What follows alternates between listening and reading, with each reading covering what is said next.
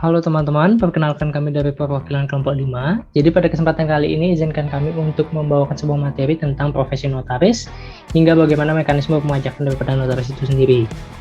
Jadi pada kesempatan kali ini saya akan membawakan 6 buah poin. Yang pertama adalah definisi dan kita akhiri dengan dasar penghitungan pajak daripada profesi notaris itu sendiri. Kita masuk ke bagian pertama. Jadi pada kehidupan sehari-hari kita seringkali menemukan adanya kantor-kantor notaris di sekitar kita. Namun apa sih itu notaris? Notaris adalah pejabat umum yang menjalankan sebagian dari fungsi publik negara, khususnya di bagian hukum perdata.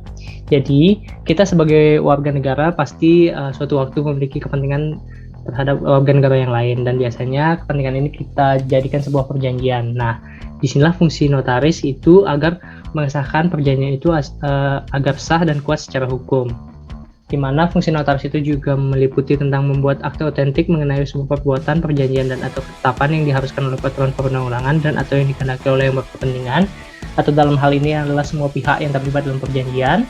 Yang kedua adalah mengesahkan tanda tangan dan menetapkan kepastian tanggal pembuatan surat di bawah tanda tangan dengan mendaftar dalam buku khusus pasal. Tadi saya sempat menyinggung tentang akte otentik. Jadi apa sih akte otentik? Akte otentik itu adalah sebuah perjanjian yang dihimpun dalam sebuah surat pernyataan atau tulisan yang nantinya akan ditandatangani secara basah oleh pihak-pihak yang terlibat. Jadi akte notaris itu adalah salah satu bentuk daripada akte otentik yang dibuat oleh atau di hadapan notaris menurut bentuk dan tata cara yang ditetapkan dalam undang-undang.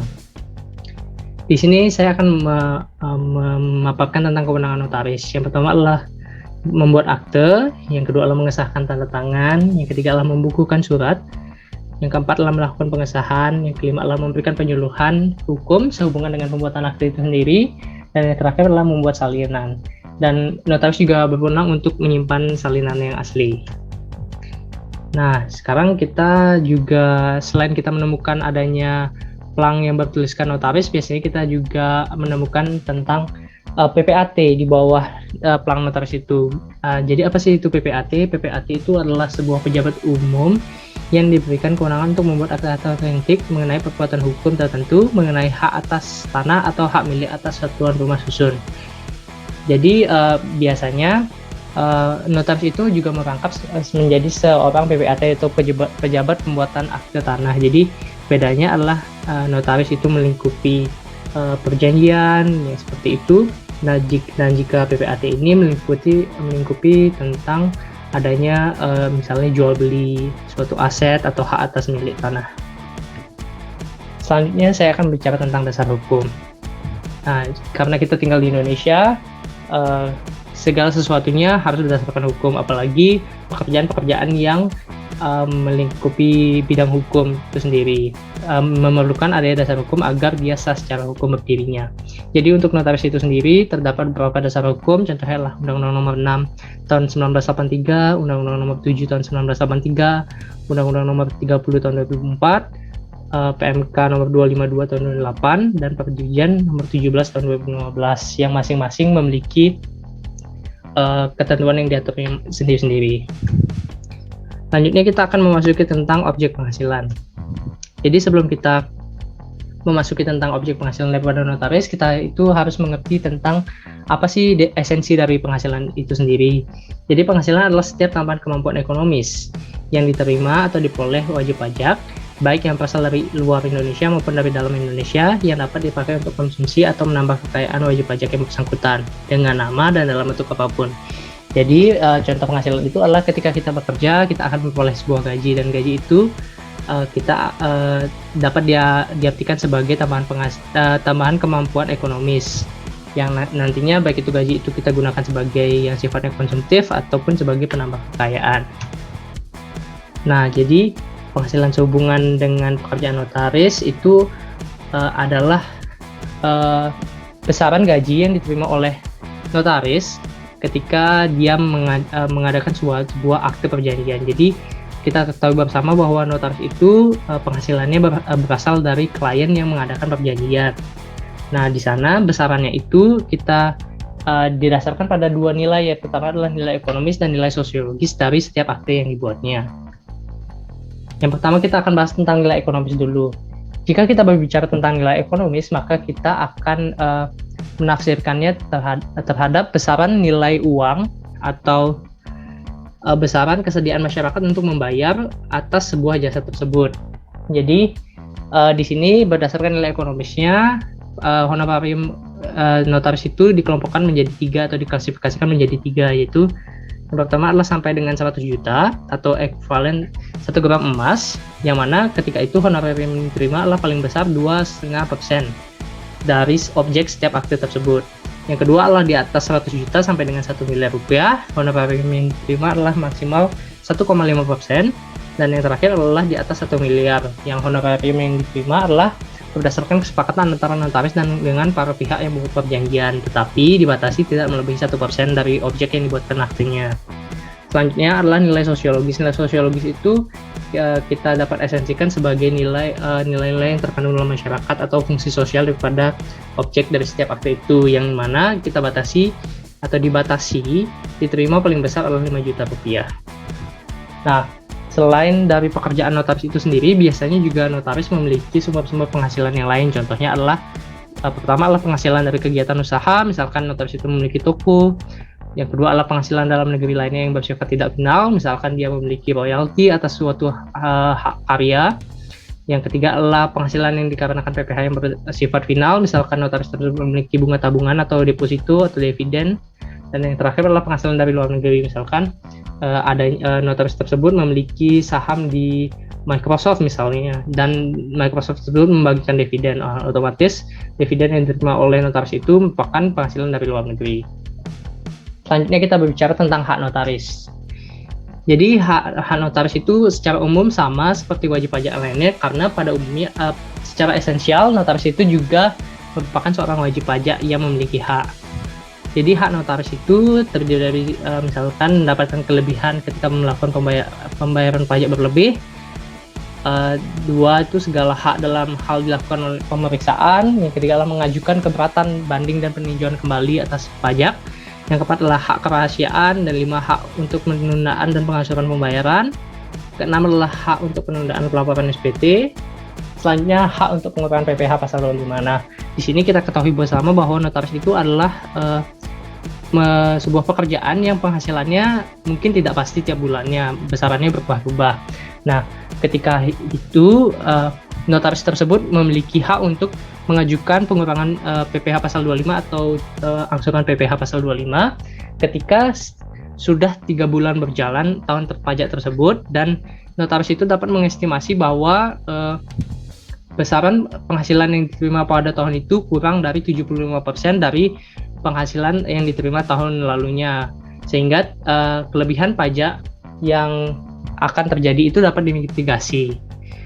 Selanjutnya adalah hak untuk pengurangan PBB, selanjutnya adalah hak untuk pembebasan pajak, nomor 10 adalah hak untuk pengembalian pendahuluan kelebihan pembayar pajak, nomor 11 adalah hak untuk mendapatkan pajak yang ditanggung pemerintah, dan yang terakhir adalah hak untuk mendapatkan insentif pajak juga tentunya. Selanjutnya kita akan berbicara tentang kewajiban notaris. Yang pertama adalah mendaftarkan diri sebagai WP apabila omset lebih dari 4,8 miliar dalam setahun. Jadi notaris itu nanti setelah mendaftarkan diri dapat dikukuhkan sebagai menjadi PKP atau pengusaha kena pajak. Yang kedua adalah melakukan pembayaran PPh pasal 25 atau pasal 29 atas penghasilan yang diterima. Selanjutnya adalah memotong PPh 21 apabila notaris memiliki karyawan, karena kita tahu sendiri bahwa pada kantor notaris itu biasanya notaris tidak bekerja secara sendiri, namun dia meng-hire karyawan untuk mengefisiensikan kinerjanya.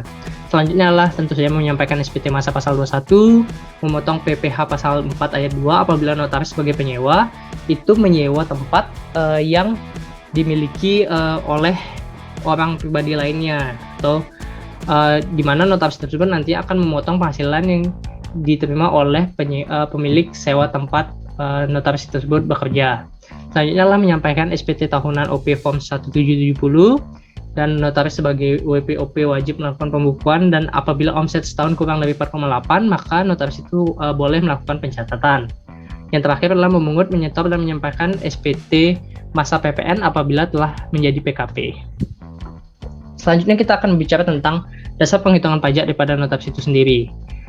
Yang pertama adalah kita akan klasifikasikan dulu perlakuan pemajakannya berdasarkan tipe-tipe notaris, yang mana pertama adalah notaris yang melakukan pembukuan atau yang memiliki omset di atas 4,8 miliar setahun, kita akan menghitung penghasilan netonya berdasarkan penghasilan bruto dikurang biaya usaha atau biaya-biaya yang dapat dijadikan pengurang usaha. Selanjutnya, apabila notaris tersebut melakukan pencatatan, maka penghasilan netonya kita hitung menggunakan norma dikali penghasilan bruto, di mana norma ini berbeda-beda tiap negara, tiap daerahnya, besarannya berbeda-beda. Selanjutnya, penghasilan itu sebagaimana dimaksud dalam angka 1 dan angka 2 nanti itu dikurangi oleh penghasilan tidak kena pajaknya untuk menentukan PHK, penghasilan kena pajak. Dan untuk menentukan pajak terutangnya, nanti penghasilan kena pajak tersebut akan dikalikan dengan tarif pasal 17 orang pribadi, yaitu menggunakan sistem lapisan. Selanjutnya adalah atas jasa notaris yang penggunaan jasa harus melakukan pemotongan PPh 21 tenaga ahli. Jadi misalkan kita atas tenaga ahli ini kita bagi menjadi dua, yaitu apabila notaris menerima penghasilan dari satu pemberi kerja yang bersifat berkesinambungan atau misalkan terjadi pembayaran dalam beberapa kali dalam 1 tahun, dan yang tidak berkesinambungan. Untuk yang berkesinambungan kita hitung DPP-nya berdasarkan penghasilan kali 50% dikurang PTKP per bulan, yang mana nanti PPh terutangnya adalah DPP kali tarif pajak. Yang selanjutnya adalah apabila notaris itu tidak menerima penghasilan berkesinambungan, maka kita hitung DPP-nya berdasarkan penghasilan kali 50%, di mana PPh terutangnya juga DPP kali tarif pajak. Yang berbeda adalah adanya pengurangan PTKP. Selanjutnya adalah apabila notaris tersebut menutup badan, tentu saja kita akan memotong PPh pasal 23-nya, dan apabila wajib pajak merupakan notaris asing, kita juga memotong PPh pasal 26 berdasarkan tax treaty yang berlaku. Dan apabila notaris memberikan jasa ke luar negeri, maka bukti potong atas jasa luar negeri dapat dikreditkan selama sesuai dengan peraturan perpajakan. Nah, selanjutnya kita akan mendemonstrasikan tentang contoh soal pengisian SPT. Jadi di sini ada notaris nama HRSH MKN berkantor di Ibu Kota Jakarta dengan statusnya adalah K2, dan selama tahun 2008 peredaran buku atas profesinya adalah 4.250 juta rupiah. Dan hari ini sudah mengasuh PPh pasal 25 sebesar 5.225.300 per bulan, dengan total selama tahun 2018 adalah 62.704.000 rupiah. Dan SH hari ini memiliki bukti potong PPh pasal 21 atas penghasilannya yang dipotong oleh klien sebesar 52.500.000, dan besarnya PPh yang terutang yang masih harus dibayar oleh hari adalah, yang pertama kita akan mengisi wajib pajak ini ke formulir SPT 1770, di mana kita akan mulai pada halaman 2, yaitu bagian B, yaitu penghasilan neto dalam negeri dari usaha atau pekerjaan bebas. Yang pertama adalah kita masukkan pekerjaan bebasnya, yaitu sebesar 4.250 juta dikali 51% normanya, dapatkan kita hasilnya sekian. Dan penghasilan neto dalam negeri lainnya dengan hubungan dengan pekerjaan tidak ada. Dalam hal ini penghasilan neto dalam negeri lainnya juga tidak ada. Selanjutnya kita akan memasuki bagian A, yaitu untuk mengisi daftar pemotongan atau pemungkutan oleh pihak lainnya, di mana kita tahu bahwa hari SHMKN ini sudah dipotong atau dipungut pajaknya sebelumnya oleh Ahmad Husin si pemberi kerjanya, yaitu berdasarkan PPh pasal 21 dengan jumlah potongan yang dipungut adalah 52.500.000. Nah, selanjutnya kita akan memasuki ke SPT Induk, dan apabila kita menggunakan formulir yang disediakan oleh DJP, maka SPT Induk ini akan terisi dengan otomatis, yang mana penghasilan itu dalam negeri dari usaha atau pekerjaan bebasnya sudah tadi, dia akan terinput secara otomatis di sini di SPT Induk. Selanjutnya adalah jumlah penghasilan itu adalah sama dengan yang tadi karena tidak ada faktor yang lain mempengaruhi. Selanjutnya adalah zakat, tidak ada pengurangan zakat atas hal ini, dan jumlah penghasilan netonya menjadi 2.167.500.000. Dan jumlah penghasilan neto setelah dikompensasi kerugian karena tidak ada kerugian adalah sama jumlahnya. Lalu untuk penghasilan tidak kena pajaknya adalah 67.500.000, dan penghasilan kena pajaknya adalah 2.100.000.000. Selanjutnya adalah PPh terutang adalah 575 juta, dan PPh yang dipotong atau dipungut oleh pihak lain adalah 52.500.000. Selanjutnya adalah PPh yang dibayar sendiri sebelumnya adalah 67.704.000, sehingga PPh yang kurang dibayar adalah 459.796.000 rupiah.